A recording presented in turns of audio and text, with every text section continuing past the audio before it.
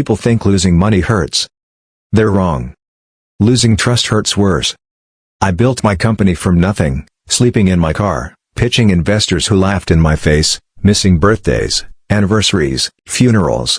Every sacrifice was made with one promise in mind: one day, my family would never worry again. By the time I was 48, that promise was worth $6 billion. And I trusted my wife with all of it. She stood beside me when we were broke. She held my hand when the first deal almost collapsed.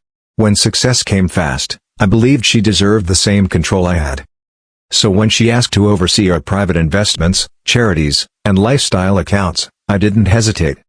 She's my wife, I told my advisors. If I can't trust her, who can I trust?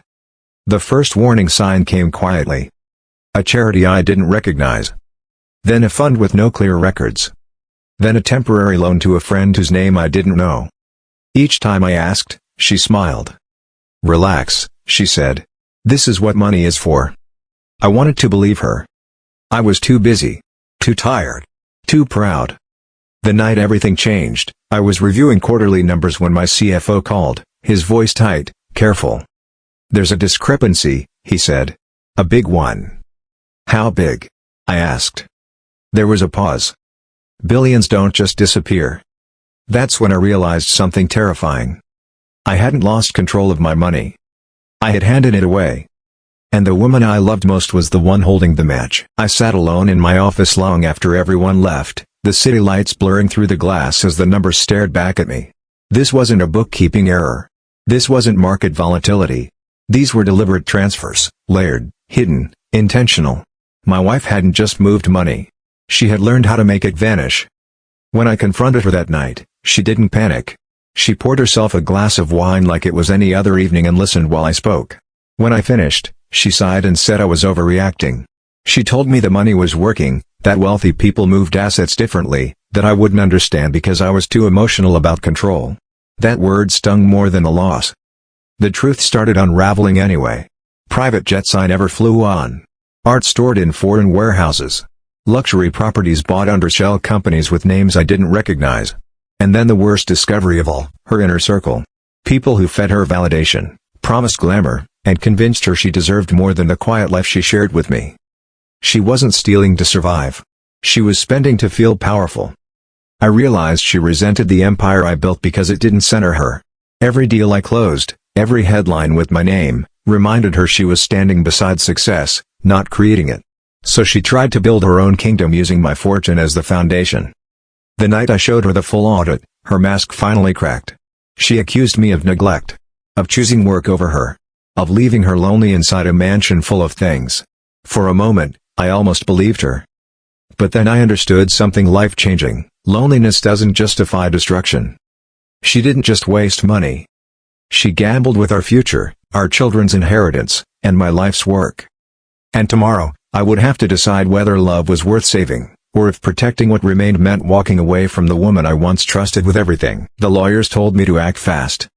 Not out of anger, but out of survival. By morning, emergency controls were in place. Accounts frozen.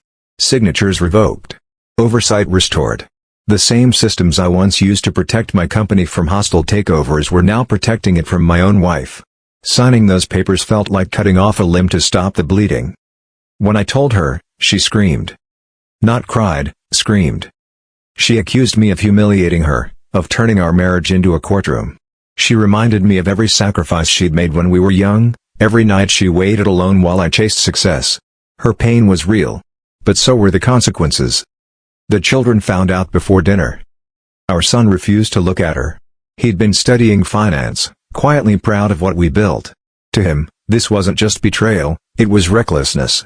Our daughter cried and begged us to fix it, convinced love could still patch the cracks if we tried hard enough. That night, my wife packed a bag. She didn't apologize. She told me I'd never understand what it felt like to be invisible in a world built on my name. As she left, she said something I'll never forget: money was the only thing that listened to me. The house felt hollow after the door closed.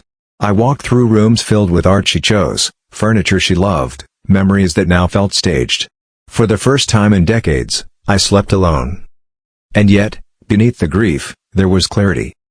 I hadn't failed as a husband because I worked too much. I failed because I confused trust with silence. Love doesn't mean surrendering accountability. Marriage isn't immunity from responsibility. And money, no matter how much, doesn't fix emptiness. The next morning, I stood in front of my company's board and told them the truth. Not the polished version. The real one. My voice shook, but my resolve didn't. Because rebuilding is possible. But only after you stop protecting the person who is burning. The courtroom didn't feel dramatic. It felt cold. No cameras. No headlines. Just quiet wood panels and a judge who had seen too many families break apart over numbers written on paper. My wife sat across from me, perfectly dressed, like she was attending a gala instead of a reckoning. The forensic accountants testified first. Line by line. Transfer by transfer. The room changed when they revealed where the money went. Not charities. Not investments. High-risk ventures fueled by people who sold her dreams of legacy and independence. Failed tech startups. Vanity projects. One offshore fund that never existed beyond a glossy brochure. And then the final blow, millions wired to a man who claimed to be her mentor, but lived entirely off her access. The judge asked her why. She hesitated. Then she said something that silenced the room. I wanted something that was mine. Not our family. Not our future. Mine. The judge ruled swiftly. Asset recovery. Financial penalties. Supervised settlements. Billions were gone, but not all of it. Enough remained to protect the company, our employees, and our children's future. Outside the courthouse, she finally cried. She asked if we could still fix us. I looked at the woman I once trusted with everything and felt something unexpected, not hatred, not love, but acceptance. You didn't lose the money, I said quietly. You lost the chance to be my partner. Walking away felt like failure. But staying would have been surrender. That night, I sat with my kids and told them the truth, not to turn them against their mother, but to teach them something money never does: accountability is the price of power. I didn't win in court. I survived. And sometimes, survival is the most honest victory there is. The silence after the divorce was louder than any courtroom. No lawyers calling. No advisors hovering. Just mornings where I made my own coffee and realized how little of life I'd actually been present for. Losing billions hurt, but losing the illusion that money could protect me hurt more. I stepped away from the spotlight. I kept the company, but I changed how I ran it. Fewer acquisitions. More people. I started showing up to employee town halls instead of sending memos. I learned names. I listened. And strangely, the business grew healthier, not bigger, but stronger. My relationship with my children changed too. We talked. Honestly. About mistakes. About entitlement. About how power without purpose rots from the inside. They didn't need a billionaire father. They needed a present one. As for my ex-wife, I heard she started over quietly. Smaller life.